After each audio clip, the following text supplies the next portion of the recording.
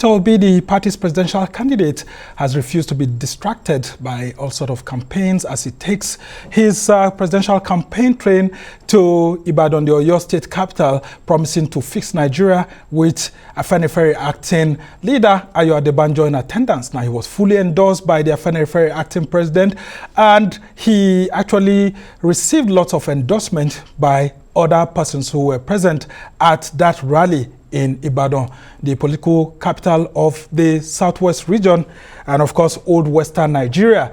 But addressing newsmen in Abeokuta, the party state secretary, Feishola Michael, is alleging what he terms satanization of the campaign council against the northern interests. Michael insists that since the Labour Party presidential candidate Peter Obi and the national chairman hails from the south, and that the positions of campaign DG and LP General Secretary should not be occupied by another Southerners, that's Donyo Okukwe and Clement Ojukwu. He's asking for more information and for the actions to be taken to reduce that. Now, the state chapter of LP also accused the national chairman, Julius Abure, of plans to illegally discontinue Ogun State Labour Party's litigation seeking court order on relisting of the candidates list by INEC sent to it.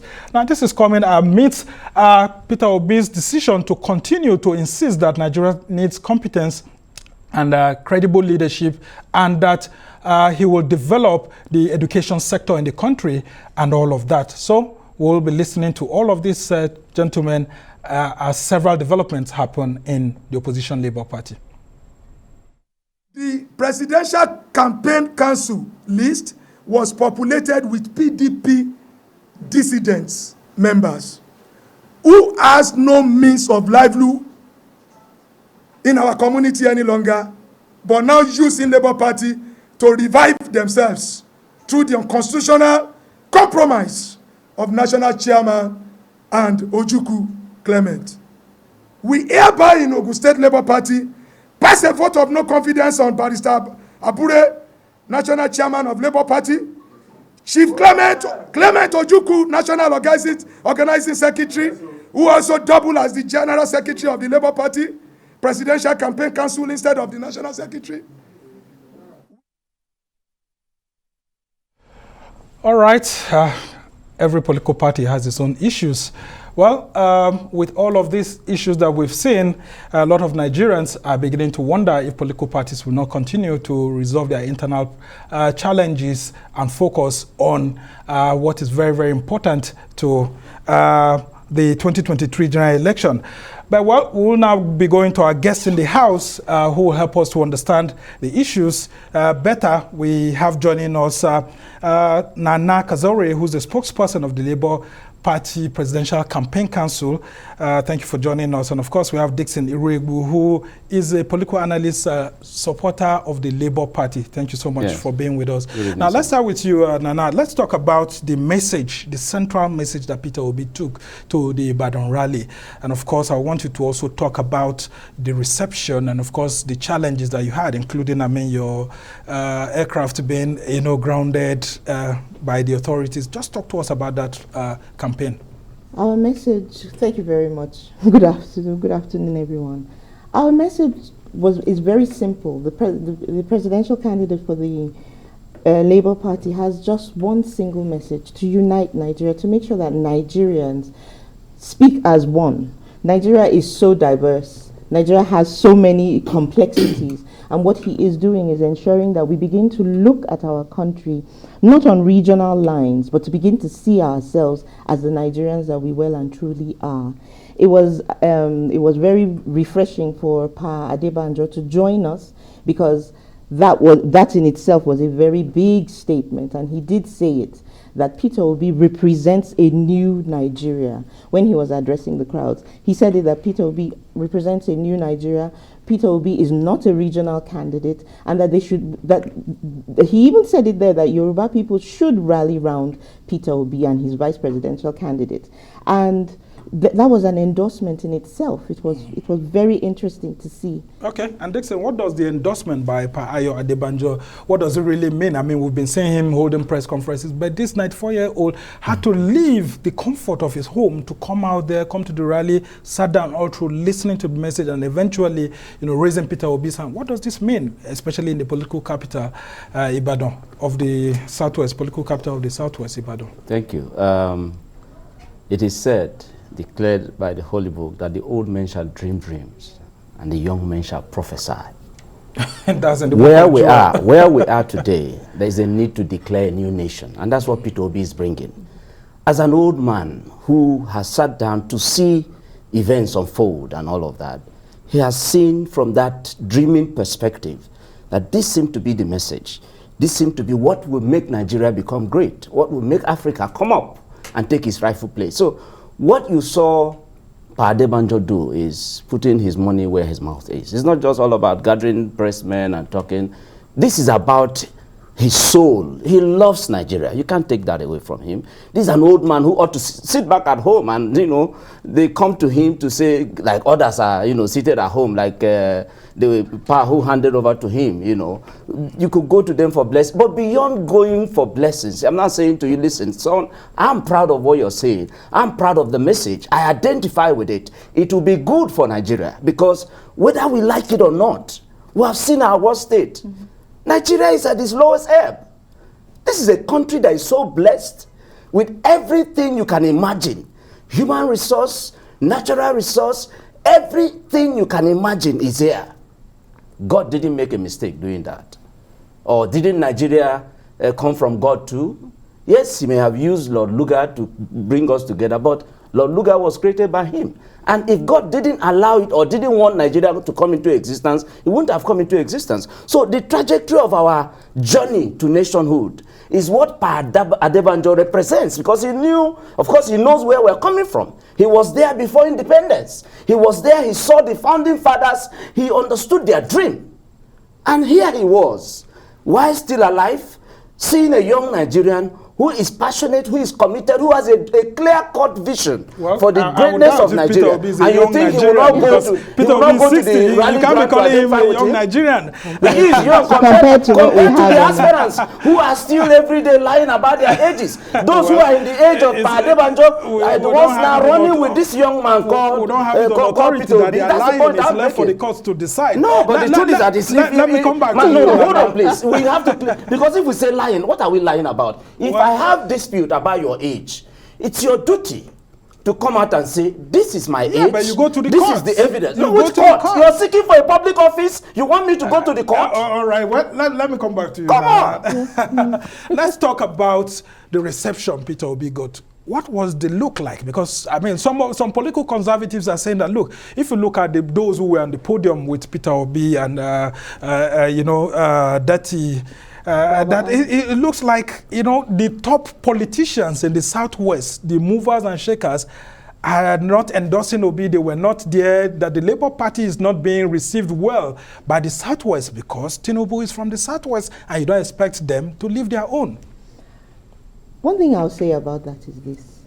There are many closet obedience. A lot of people don't come out to say, thank you very much. They don't come out to tell you, this is where I stand. And because we are here to take back power from what is the status quo, Nigerians are quite used to, because we're not very used to democratically, oh Lord, I'm nervous. Nigerians are used to a dictatorship.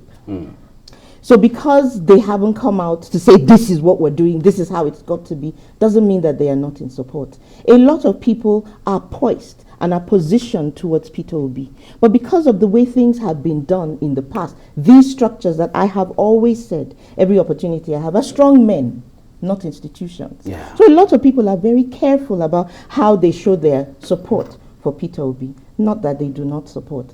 I don't think that you don't have to come out and say, it's okay for you to come out and say. Same top party stalwarts on that stage could actually send some shivers to either the governing party or other opposition parties like the PDP. And so if the accusation is that the Labour Party doesn't seem to have top politicians, former governors, or serving one in that region, how do you intend to get the votes in the Southwest? One thing about the Labour Party that you must always understand is that we've come to change the way Nigerians see their politics. It's no more about the big men. It's no more about those strong men. It's now about the people.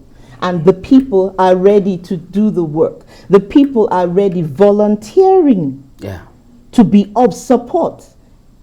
Whether you like it or not, we are the majority. And this is a democracy. Well, February 25th will show. Yes, and I want your reaction on that, actually. Because, I mean, when you look at the APC rallies, I mean, you see governors. I mean, like at the inaugural rally, I mean, 22 governors, incumbent governors, I mean, top party chieftains here and there. Yeah. You look at the PDP, you see Atiku with some governors, though not all and all of that, but former this, former that, and all of that. Now, Peter Obi is a former governor. Yeah. Why are we not having former governors coming to embrace him in the Labour Party? Or former lawmakers who have even declared, some who have declared interest for Labour Party, we don't see many of them moving with him. Isn't it sending the wrong message to the electorate? No. In fact, it reassures the people that actually this is their candidate, this is their man.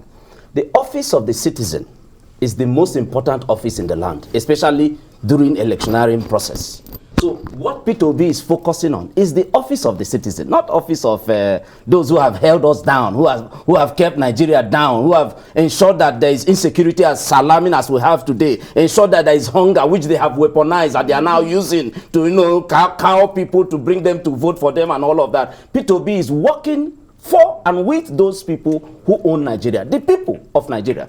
Whether we understand what's happening or not, this is a moment that history about the giant of Africa would never forget, because we have never seen it like this. My brother, have you ever seen in Nigeria where citizens will contribute their money genuinely, not we saw it in fake narratives? No, those are fake narratives. Those are fake narratives. Those are fake things. Those are fake things. What we know today, this revolution as is happening today, we can feel it, we can see it, we can track it. It's not story cooked up by politicians. That's not what the governing APC candidate is saying. He says your candidate is reeling out false statistics that even Indians cannot resolve. I am deliberate. You see, I've come to realize that for people to get attention, they have to call Peter Obi's name. For goodness sake, can we just keep it issue-based? No, I mean, what do you have? But what do you have for the Nigerian people? What's the news story? They don't have anything. They can only throw stones at this man who has something to offer to the Nigerian people. And I've said it before, we will not do. I mean, you would have heard Tinubu now saying that, look, when it comes to Atiku, that one is a perennial presidential candidate running over the years and all of that. You should step down for him. And he took a swipe at your own candidate. That he's reeling out, fake statistics, and that Peter Obi doesn't get things right. Let me take on that. How do you take that? Let me take on that. You see, Claire, let me take on that. Because whether we like it or not, there is a need to give back.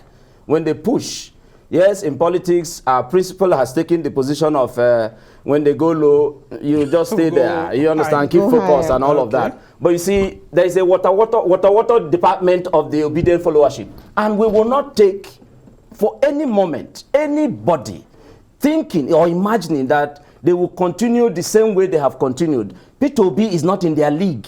So when they bring issues about statistics and all of that and is confusing them, that's their level. They don't understand that this is the 21st century. Some of the things he reeled out have been found not to be correct. But excuse me. And he corrected some of them. While some have also been found to be correct. Nobody not to make a moment of saying, oh, if you wanted to say one, you say two. Is there a moment that you have not made mistake? So if you make one mistake or two, that becomes a tag on you. Well, I'm glad that you said it somewhere that he comes out to correct the aspect of trying to malign a man because you think you that's a man that takes responsibility for the words that come out of his mouth. All right, as we try to round off this conversation, let's talk about the promises that Peter Obi is bringing to Nigerians. What exactly should Nigerians be holding him to? Apart from the competence and all of that, he has been reeling out and all of that. What exactly would you say is that one policy that's going to be different from that of that of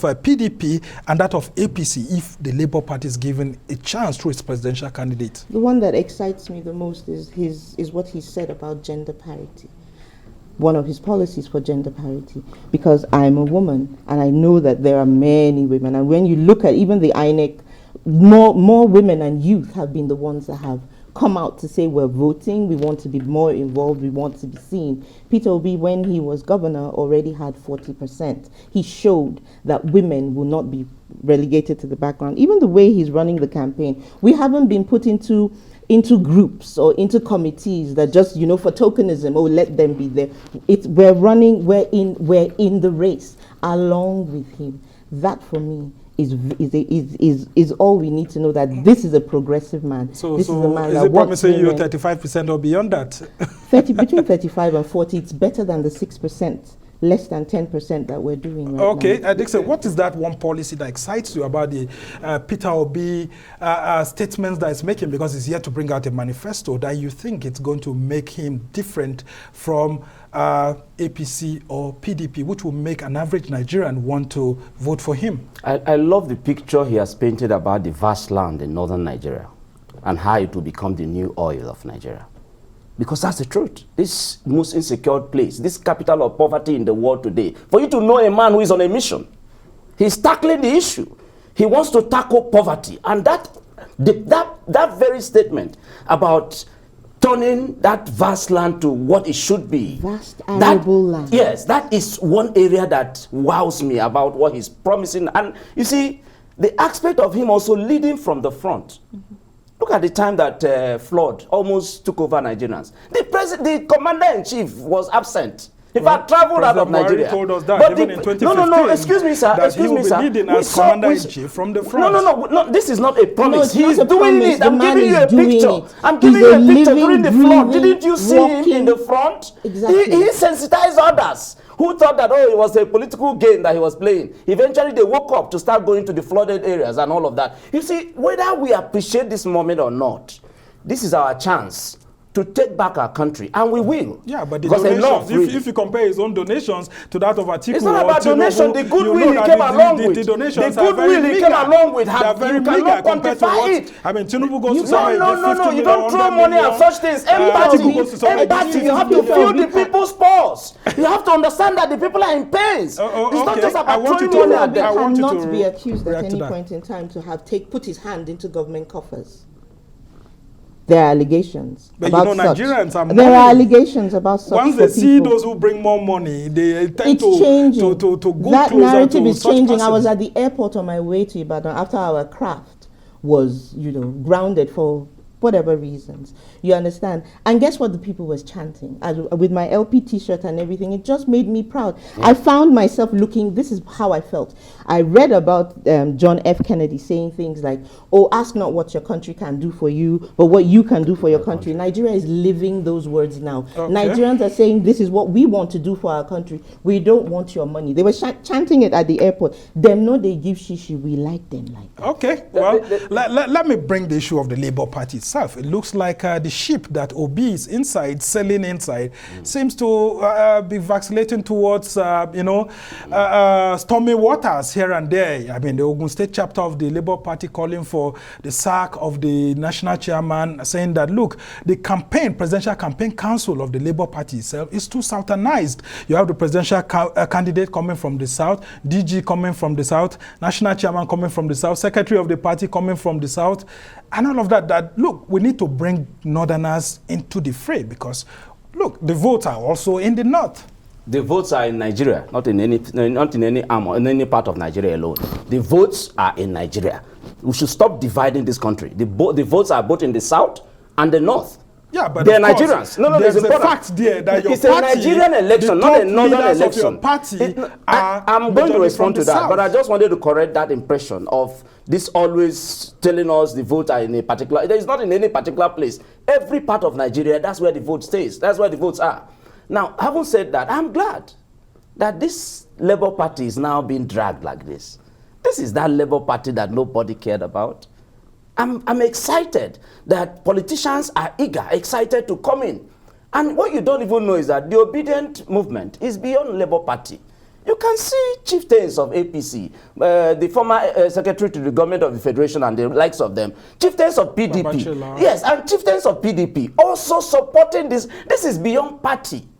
So but I can assure you, hold on. In order. The party is in order. The Labour Party is the Labour Party is the most coordinated political party today in Nigeria. The most focused political party in Nigeria today is the Labour Party. The party is in order. All these skirmishes that you're hearing here and there is simply from the detractors, and we're not distracted.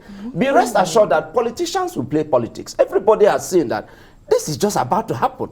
And I want to be caught, I want to be captured as having contributed my quota. Do you think that this is being sponsored from outside? Do you think that maybe there are some sellouts in your party? No. We don't bring in any. No. I can assure you. Or you think these are internal issues that your party's presidential candidate can help solve? No, because people are saying that Peter Obi should show leadership. He has shown leadership. That's why I've said. That's why I said that all these negative angles that you're bringing, you ask yourself, from where? From where? The camp of the enemy is not sleeping. Well, but we are very aware there are no enemies in politics, political opponents. No. At this moment, everybody should realize that this is not an easy thing. We want to take power from people who have held Nigeria down. You think it's going to be easy? They will fight with dirty narratives and all sorts of hooked up stories. Now, let's talk about young people. When you go out with Peter Obi around the country during these rallies, young boys and girls, what sort of inspiration do you think he's passing across to them?